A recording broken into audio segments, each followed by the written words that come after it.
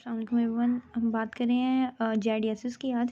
तो जब भी बात आती है ना क्रॉनिक डायरिया की, तो क्रॉनिक डायरिया बेसिकली होता है जो कि 2 वीक से ज़्यादा जो है वो डायरिया रहे, तो उसको हम क्रॉनिक डायरिया कहते हैं। तो क्रॉनिक डायरिया में सबसे बड़ा कॉज जो है ना वो ये जेआरडीएसएस होता है, which is being caused by a protozoan. ठीक है।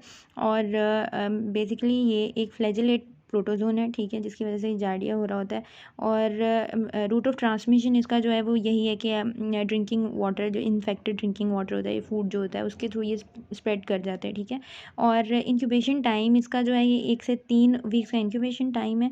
और प्रेजेंटेशन इसकी ये होती है 2 से 6 हफ्ते की प्रेजेंटेशन होती है, जिसमें हमारे पास जो है वो फ्लैचुलेंस आ जाती है, ब्लोटिंग आ जाती है। और इसी तरह हमारे पास जो है वो मैल एब्जॉर्प्शन के साथ जो है वो ये प्रेजेंट करता है। ठीक है। और डायग्नोसिस के लिए इसके लिए ये हमें नज़र आ रहा है कि स्टूल माइक्रोस्कोपी कर लेते हैं। ठीक है। जिसमें हमें सिस्ट नज़र आ जाती हैं, ठीक है, ट्रोफोजॉइड्स की। और इसके अलावा फिर intermittent shedding, so multiple samples more than 3 weeks में इंक्रीज सेंसिटिविटी। ठीक है। तो अगर हम मल्टीपल सैम्पल्स देते हैं तो वो ये जो है सेंसिटिविटी जो है वो बढ़ जाती है। ठीक हो गया।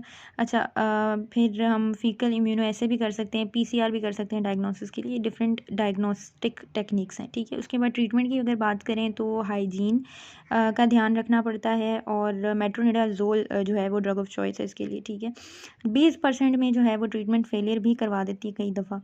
साथ ही साथ इसके जो है टिनिडाजोल और एल्बेंडाजोल भी यूज़ हो सकते हैं। ठीक है। एल्बेंडाजोल के जो साइड इफ़ेक्ट्स हैं वो कम है काफ़ी। ठीक है। अच्छा, जार्डियासिस के लोगों में ना लैक्टोज इंटॉलरेंस भी डेवलप करने का चांस होता है। कोई 20 से 40% लोगों के अंदर ये चांस होता है कि ये लोग जो है वो लैक्टोज इंटॉलरेंस जो है वो डेवलप कर सकते हैं। ठीक है। तो ये कुछ इंपॉर्टेंट पॉइंट्स हैं जार्डिया, और ये हमारे पास हमें नज़र आ रहा है, ये ऑर्गेनिज्म ऐसा दिखता होता है।